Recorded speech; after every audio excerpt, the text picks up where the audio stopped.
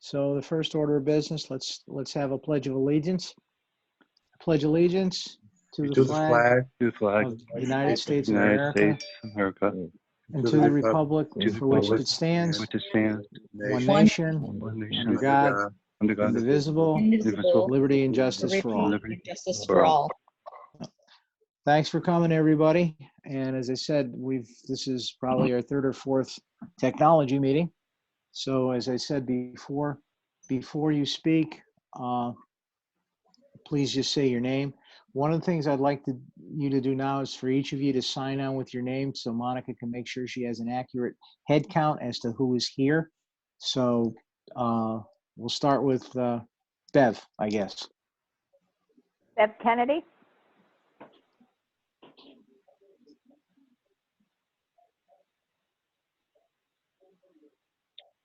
This is Jim Cretella. This is Paul Radowitz. This is John Stoma.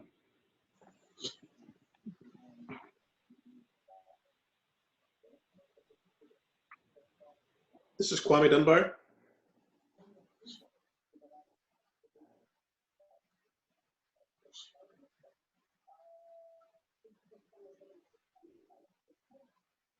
And I guess Betty Ann is still having audio problems. Rich Demko is not here tonight, and Gary Popolis has not signed on, so I'm assuming he is not here also. And neither is Grace, the other alternate. I'm here. Oh, you are? Okay. Yes, I'm here. Then This is Grace Brangman. I stand corrected. She is here. Okay. Purpose of the meeting, as we all know, when there was a physical public hearing, we would listen to comments from the taxpayers regarding the upcoming budget.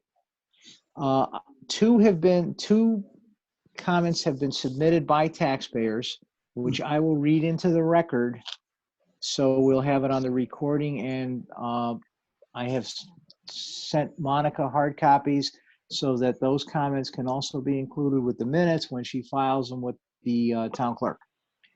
So the first comment I have is statement of Frederick D. Stanek to be submitted to the Board of Finance during its public hearing on the 2021 proposed budget for the town of Seymour. We are obviously living during an unprecedented time as a result of the COVID-19 health crisis. Needless to say, the crisis is bearing down heavily on many individuals and families who have lost their jobs or who are living on reduced levels of income due to the need for all of us together to protect ourselves. As most of you know, I am a member of the Seymour Board of Education. In January of this year, I voted against the proposed Board of Education budget for the 2021 fiscal year because the board asked for an increase of 3.58% over its 2019-2020 budget. I commented to the Board of Education that I thought the request increase was too high.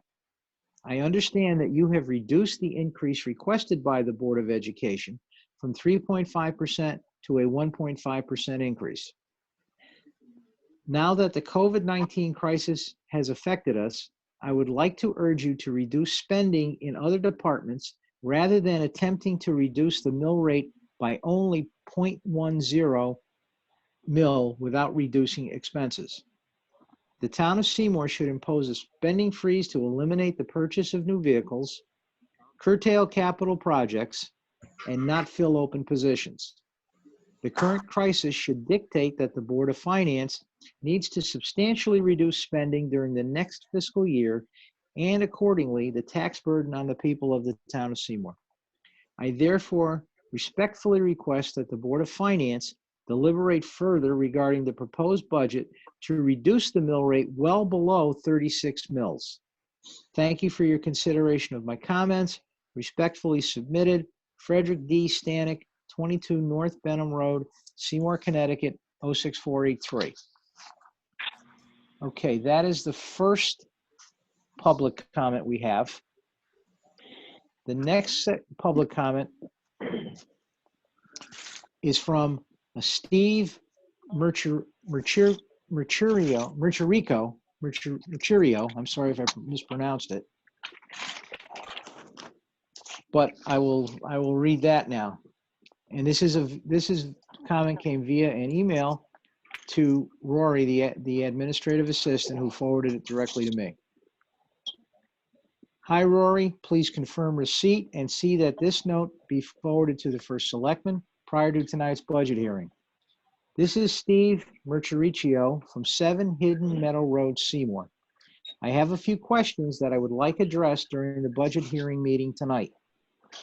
1, COVID-related expense savings and how they will be shown and accredited back to taxpayers, and what this process and steps will look like, ? Specifically, transportation is a huge line item, and in parens, I see over 2.2 mil, close parens, that is part of the education budget, and all bus transportation and associated costs, payroll, gas, repairs, insurance, etc., from March dash, in parens, at least August, undetermined, should be accredited back to taxpayers in the 2020 tax year. Even if there is a contract, a force majeure legal action, parens, and well spent, close parens, should be taken to cancel/renegotiate. Additionally, all sports-related transportation as well. Any sports-related maintenance of fields, such as baseball field, daily raking, line painting, etc. School cost supplies, repairs, maintenance, electric, an abbreviation for electrical, it's elect, consumables, etc. Besides keeping the lights on and normal upkeep, there has to be substantial costs that have been saved from a shutdown. What other areas have potentially saved on costs? There should be a report issued on this related to last year's budget line items. Number 2, non-COVID savings. We had the least snow and ice on record, demonstrated by only a couple storms and only a couple school closings. What was the surplus on this savings, and how will it be applied to the 2020 budget? Regards, Steve. Those are the 2 public comments that, and only public comments, that have been received on this budget. Any discussion? Any thoughts? The first selectman who is on, I've apparently had a discussion with the second individual under public comment. Is there anything that you can enlighten us on, Kurt, as far as the board goes? Yeah, he had called in early this afternoon, and I didn't realize he sent the email as well. But a good conversation. He just had a lot of questions about essentially how we're operating, the potential for savings, what we might do with the savings, particularly with the snow plowing. I explained to them how we generally budget with the understanding that there's a chance we might spend more. We talked about how money's encumbered, it's rolled over, different things like that. So I think he got most of the answers that he was looking for, with the exception of a few questions to the Board of Ed, which I tried to explain to him the best that I could, but I explained the process to him. He's going to reach out to the chairman, Okay. and then make public comment at their next meeting. I explained to him that he can ask questions, but that the board can't respond. But if he asks the questions, they'll do their best to get all the information to him. So a good Okay. conversation. I think he got most of the answers that he was looking for, but he did ask that his comments be read so they go into the record. Okay, thank you. As I said, I think we as a board, in keeping the mill rate the way it is for the 5th year, especially in light of what we're dealing with on the outside world and with what the taxpayers in general in this town are having to deal with. In terms of the commentary on a significant decrease below 36 mils, I don't know how that can be reasonably accomplished without hurting services. in terms of what the town is provided by in the way of things like sanitation, police protection, fire protection, public works, garbage pickup, all of those areas. Does anyone have any commentary at all on any of this? Bill? Yep. Paul Edwards? Bill? Yeah, go ahead. Go ahead, Paul. Paul Edwards. It's a shame that we only got 2 comments. I really wish we got a lot more, and I realize things are changing. I remember back in the days a long time ago, we used to get quite a lot. But I understand that's the way things are going these days. The 2, I really think we had to consider cutting. I made a proposal a couple of meetings ago. I just think we had to consider cutting. In what? I suggested 0.5% from the Board of Ed, 1 police vehicle, $50,000 from trees, and not fund the floating position at Town Hall. Well, That was I think in a couple of issues, I believe there are no cars budgeted in this year's police budget. Because those were taken out during our deliberations. So I think Okay. that's a moot point, and each car is expensive, and I forget how many they originally asked for, but we did eliminate those right off at the bat.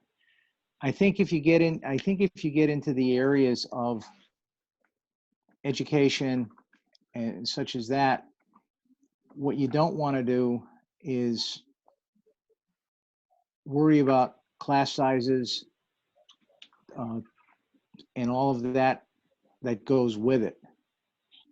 I mean, I think at least the experiences we've had, that they've done a decent enough job in watching their dollars, and anything that's not spent is going to fall back to the bottom line. The position may not be filled that you're referencing if that happens, because I know there'll be a spending freeze anyway at the start of this budget. If that doesn't happen, that falls down to the bottom line anyway. But again, given what we have for personnel in the town hall, we're a person to get sick because the offices essentially operate on a skeleton crew as it is, I believe. If one person gets sick or can't work or is not there, that leaves one person stuck to do the entire function of whatever the department is, and there are quite a few in there. And I think that can also present as big a problem, which, no one wants. I mean, I think we, as I said, the overall budget is 1.2% as an increase with a mill rate that's held steady. And again, because of the virus, I have to believe there are going to be applicants to pay their taxes over quarters as opposed to July and January. And there are other things that, the town will have to adjust to. But I think we're in shape that, we can weather this storm without any undue burden on the taxpayers. Because Right. the unfortunate side of cutting is there go services. And if that happens, then whether it's kids or it's trash pickup or it's something else, the effect on that is not good either. Bill, it's Kurt, if I could. Yeah, go ahead. Just to kind of build off that question, we had, because of everything with the COVID situation going on, we haven't gone out to bond as of yet. And because we went outside the 60 days of our last rating, S&P wanted to do just a touch base with us, Yep. just to get an idea as to how we were faring, what our plans were for fiscal year 21. And incredibly, one of the things that they were least happy with was the fact that we kept the mill rate level. They expected an increase? They expected an increase because Wow. What their concern is, and this kind of goes to both Paul and Fred's point, is they would rather that everything wasn't cut now, that it was kept in the budget, or that there was a bit of a, I guess, a buffer, for lack of a better term. Not that they were saying put a buffer in, but that way, if there are issues with revenue, then you would have places to cut. Their concern is that, you make all these cuts now, you bring the mill rate down, there's still a decrease in revenue.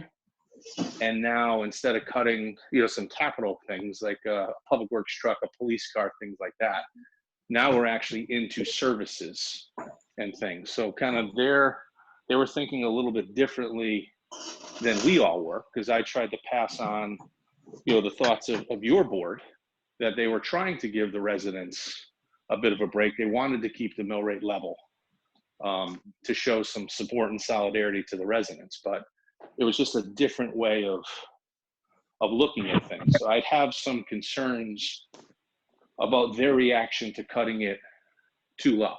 Now, obviously, we're not going to base all of our decisions just on what S&P thinks or doesn't think, but I just want it to be some food for thought for your conversations, because that meeting just took place today at 2:00. Wow. Yeah, that's surprising to me. True, if things drop, if things get cut and drop down, and then all of a sudden there's nowhere to go but people. I mean, we Right. all know that the biggest bump in this entire budget relates to insurance. We don't really have a choice with it. We've shopped it, farmed it, did our best to get whatever deal or savings, however you want to frame it. But there's by far not a glut of additional personnel. There isn't. And all of this just goes to maintain the status quo. And hopefully, hopefully things do work out with this virus mess we're in. But I think it's to the credit of the town and the people that live in it that we have a financial footing that's allowing us to do what we do, and at the same time impose no additional burden on the taxpayers. Anybody else?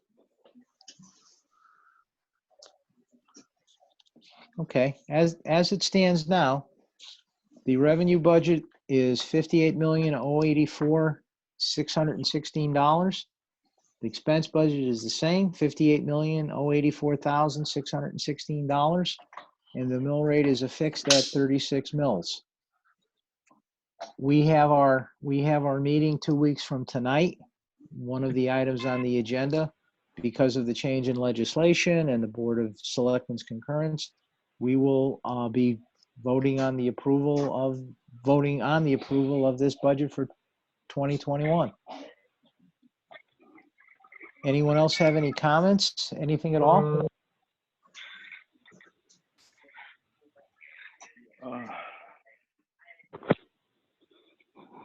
Okay. Well, if no one has any comments, then I'll take a motion to adjourn the hearing. Motion. Kwame Dunbar. Kwame, second, please. So Second, moved, Paul John. Edward. Okay. All those in favor? Aye. Aye.